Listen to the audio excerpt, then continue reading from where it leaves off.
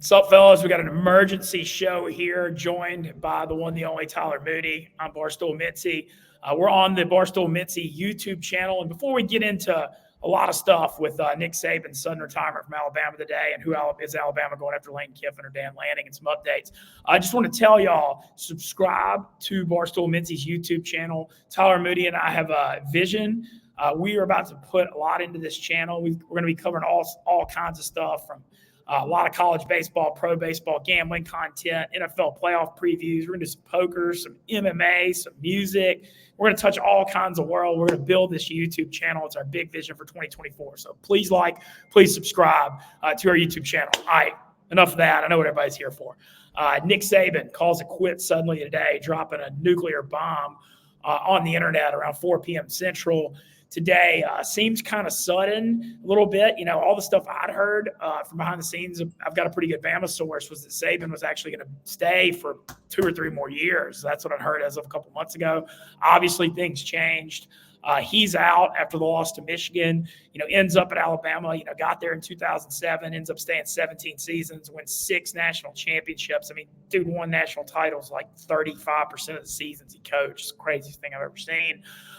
This is kind of a day I never thought would come. Saban was 72, still in good health. I thought he had a few more years, but it's over. And the internet, going crazy. I have a pretty good Alabama source. I'm not going to name who it is, but I've been tweeting out some stuff I've been hearing from that person. And, I feel like I'm pretty plugged in. And so immediately when I saw the Saban news, I mean, like every other Ole Miss fan, I started panicking about Lane Kiffin, as he was a former offensive coordinator there under Saban for 3 years. And obviously, they have mutual respect. And so, I'm still a little nervous about it, but I'm feeling a little better. I hear that Bama's list was number 1, Dan Lanning from Oregon, number 2, Kiffin from Ole Miss, number 3, D'Amico Ryans, the former Alabama linebacker, who's currently the Houston Texans head coach. That list kind of checks out to me.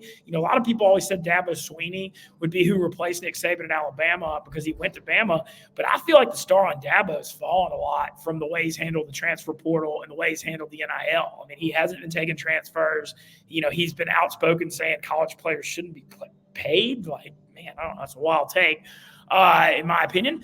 But it just seems like he hasn't really adapted to the new modern times. And because of that, I don't know that Alabama's considering him. So that's the list I heard was 1, Dan Lanning, 2, Lane Kiffin, 3, D'Amico Ryans. All right, let's jump right into this list. We'll start with D'Amico Ryans at 3. Look, stud linebacker at Alabama. Kyle Shanahan's defensive coordinator for the 49ers. Had a great NFL career with the Texans. Dude, he'd be a beast coach at Alabama, but let's be real here. He's got C.J. Stroud, maybe the best rookie quarterback I've ever seen in pro football. He just won an AFC South championship. He's hosted a playoff game his first year against the Cleveland Browns on Saturday at 3:30 Central. And you look at that Texans organization, I mean, there's nothing like having, that just superstar quarterback to build around as a rookie. But they also have a stud left tackle in Tunzel. They found some weapons, and Tank Dell, who's hurt. And Nico Collins. But then on the defensive side, you've got Will Anderson, an elite pass rusher as a rookie. You got Derek Stingley, an elite corner. I mean, you've got good building blocks to build. And just having C.J. Stroud, I can't see D'Amico Ryans leaving the NFL for Bama with that current situation he's had. Lane Kiffin, obviously the name at number 2, everybody's talking about, former Bama offensive coordinator. Everybody sees what he's done with the transfer portal at Ole Miss. 4 years in, just went 11-2, won the Peach Bowl. Ole Miss's Grove Collective got almost every big-name transfer that was out, basically, loading up the defense. I mean, Ole Miss is going to be top 5 preseason for one of the first times ever. I think it's only happened a couple times. And so, obviously, with Lane's ties to Saban, you see why the name's coming up. Lane, controversial figure as always. I'm sure that there's, a lot of fans that want him and boosters that want him and athletic department people to do, but I'm sure there might be some pushback because of his past. So, they're going to have to work through that if they go after him. But the number 1 name that I hear, and I keep hearing from my guys, Dan Lanning from Oregon. And Lanning, former Nick Saban assistant at Bama and Kirby Smart's defensive coordinator at Georgia, has done a great job at Oregon, almost made the playoffs this year, losing to Washington, crushed Liberty in a bowl game.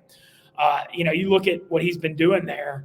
I mean, he's certainly been great. And the thing with Dan Lanning that makes the most sense, when you have something sudden like this, because this feels kind of sudden, Moody. This doesn't, you feel like Bama would have like a succession plan in place. And like just the way this all went down, makes me feel like, maybe this wasn't like super planned out.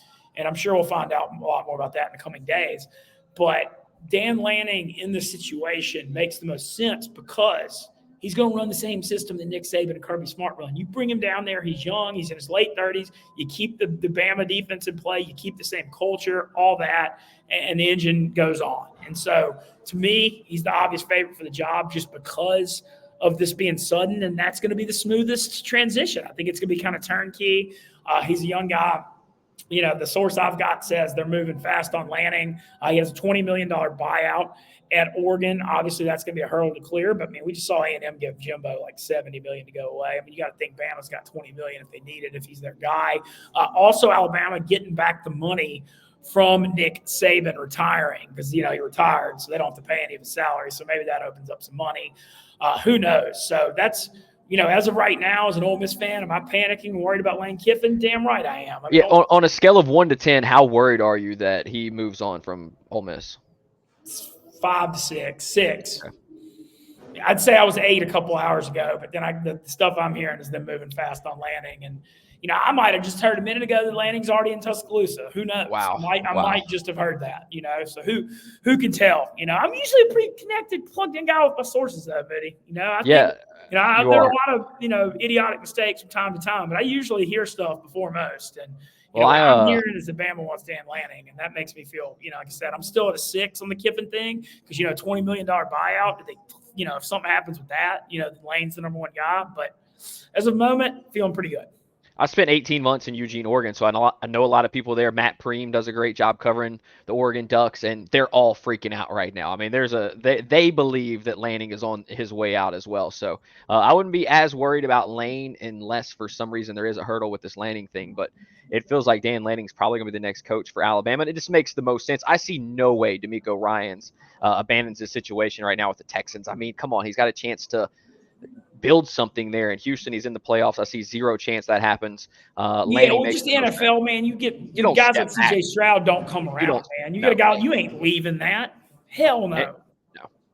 No, not whenever you have a chance to potentially win a Super Bowl. That, in my opinion, that means way more than winning a national championship in college football. So going back to college, unless you're forced back to college, it doesn't seem like the right step, especially for DeMeco Ryans. No, and like I said, he's only done 1 year there. He's posting a home playoff game. He's set up, with the way CJ Stroud looks. I think they're set up. Obviously Jacksonville kind of melted down toward the end, but it feels like Houston and Jacksonville are set up to be the two premier teams in that division going forward. So, I don't think he's going anywhere because of that. So I stand by that. I'm not a naive guy, though, man. When it comes to the Lane thing, look, I love what's going on at Ole Miss as much as anybody, but he gets offered the job at Alabama. He's leaving. And you can't fault him for that. It's the best job in college football. And, he's done a lot of great things at Ole Miss, but I'm not going to sit here and be naive and say Lane Kiffin would turn down Alabama to stay at Ole Miss. He almost went to Auburn. He was so close to going to Auburn last offseason. And if you went to Alabama, I wouldn't even, obviously I'd hate it for the Ole Miss thing, but I wouldn't be mad at Lane. He came to Ole Miss, gave him 4 years when Ole Miss was rudderless in 2019. Got Ole Miss in the top 10, two seasons in the top 12, just won the Peach Bowl. Went at a 10-win season 2 years ago, 11 wins this year. You can't ask for any more than that. The era has been unbelievable. Ole Miss's brand's never been hotter. So if he left, I'd be, obviously I'd be upset, but I wouldn't be mad at Lane Kiffin. He advanced his career in Ole Miss 4 years to get to Alabama. Freaking dream job of college football. It is what it is. It seems like the wrong time for Lane to make the move. But here's the thing, that Alabama opening up as a job, that may not happen again for another 15, 20 years, depending on how this goes for the next head coach there. But, Lane has got it set up right now at Ole Miss, what he's done in the transfer portal. It feels like the wrong time for Lane to be leaving, in my opinion.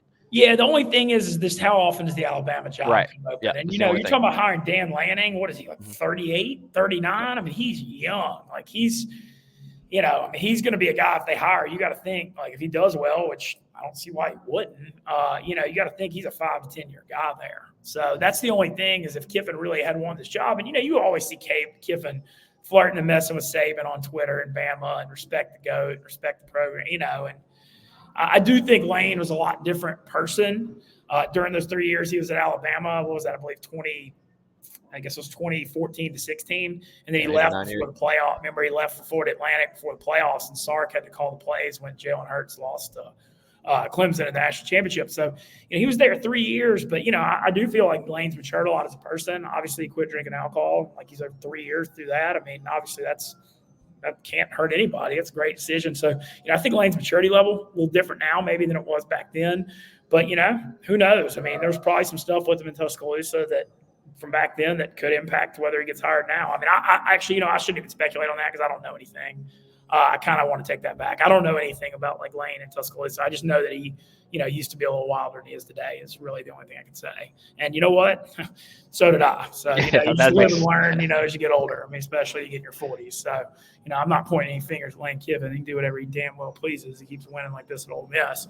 But yeah, so I just think overall though, Lanning is the turnkey, just hire him and the engine keeps going. You're really going to – and you got to keep – Bama's got 30 days after Saban retires so their players can enter the transfer portal too. And you get Lanning in there. You keep re-recruit your guys to stay. You say the freaking wheel keeps spinning. You know what I'm saying? So all that makes a lot of sense. And, Lanning being Kirby Smart's defensive coordinator and a Saban assistant before, I mean, he's just right off that tree. And you see how Bama and Georgia run their programs and just run it like Nick Saban, Do you see a scenario where Oregon throws a new contract at Lanning that is astronomical in order to keep him from going to Alabama? I mean, money's no issue up there in Eugene. I think they're going to throw it at him for sure. I do see that scenario because Phil Knight, I mean, you got Nike money up at Oregon. You're dealing with a whole different deal. I just think that it's almost like there's no amount of money that's enough here because Bama's going to pay him whatever he wants to, and maybe Oregon can outbid him by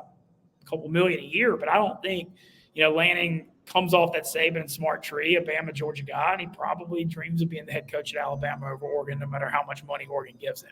Having said that, Oregon's got a hell of a program. They've got great resources.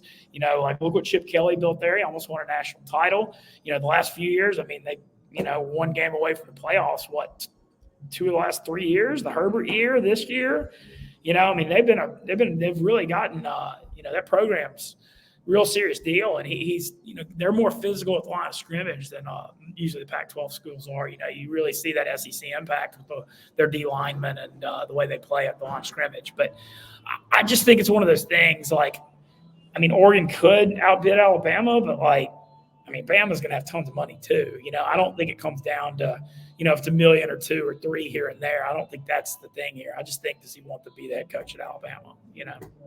No, makes sense to me. So anyway, but also Moody, looking forward to getting you. There's talk of a Wake Up Mintzy come back next week. We'll have some details coming out in the next couple of days. Just excited to get you back up here in Chicago and excited about building this YouTube channel. I think me and Moody and I have had a lot of talks about this. I talked to Hank and the powers that be, and I really feel like we got something in the works here with this YouTube channel in 2024.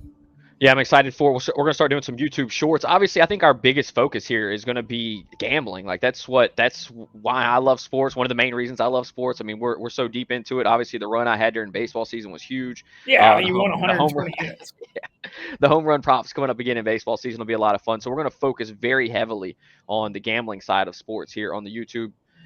We've got some cool stuff going on with some different UFC fighters. My boy Matt Schnell, one of my best friends, he's got some stuff lined up for us. So we've got some cool stuff. We want to keep growing this, and I'll be in Chicago on Monday and ready to run it back. Yeah, dude, I'm ready to run it back, dude. I said, Tyler Moody and me have been on a long – if you called this thing a long and winding road, that would be the biggest understatement of all time, going all the way back to late 2016, I think this started. And in Bossier City and Shreveport, Louisiana, Moody did our fantasy football hour, and we worked together. And I mean, this thing is taking more twists and turns than just who the hell knows, man. But I still think the dream is to build this with Moody, and it always has been for 6 or 7 years. And I think we're going to finally make it happen in 2024. Yeah. We both played our part in mistakes throughout the course of this thing too. Yeah, so many misunderstandings. Yeah, so many. You ended up in Oregon. But we'll spare it. We'll talk all about that on another show. But for sure. As of right now, I feel like Lane Kiffin's gonna stay at Ole Miss and Dan Lanning's going to Alabama. That could change. I'm just telling you what I know and what I hear. And can't wait to see Moody next week. Please like and subscribe to our YouTube channel. We need to build this damn thing. And we're going to have an NFL playoff preview out tomorrow. We're going to go over all the games. We're going to go over all the odds and all the games and thoughts and all kinds of stuff. So that'll be out tomorrow. We're about to start hitting them with daily YouTube content. Like I said, man, we're going to just the old Barstool tradition. Let's throw a bunch of crap at the wall. We'll see what sticks. I guarantee you the gambling stuff's going to stick. We know that. But, you're going to see some poker interviews. You're going to see some live, music interviews, college baseball, Moody's pro baseball, MMA, football, fantasy football. I mean, there's a Rolodex in knowledge between me and him. And the thing about Moody, where I'm weak, which is production and pro baseball and MMA, he's beast at all that. So and he also, honestly, Moody knows more about fantasy football than anybody know too. But I mean, I finished. Just love our skill sets combined. I think we need. You know what, dude? Mintz Moody 2024 shirts, dude. Let's go. Love it. Yeah, I mean, I was 20 games above 500 against the spread in the NFL this year.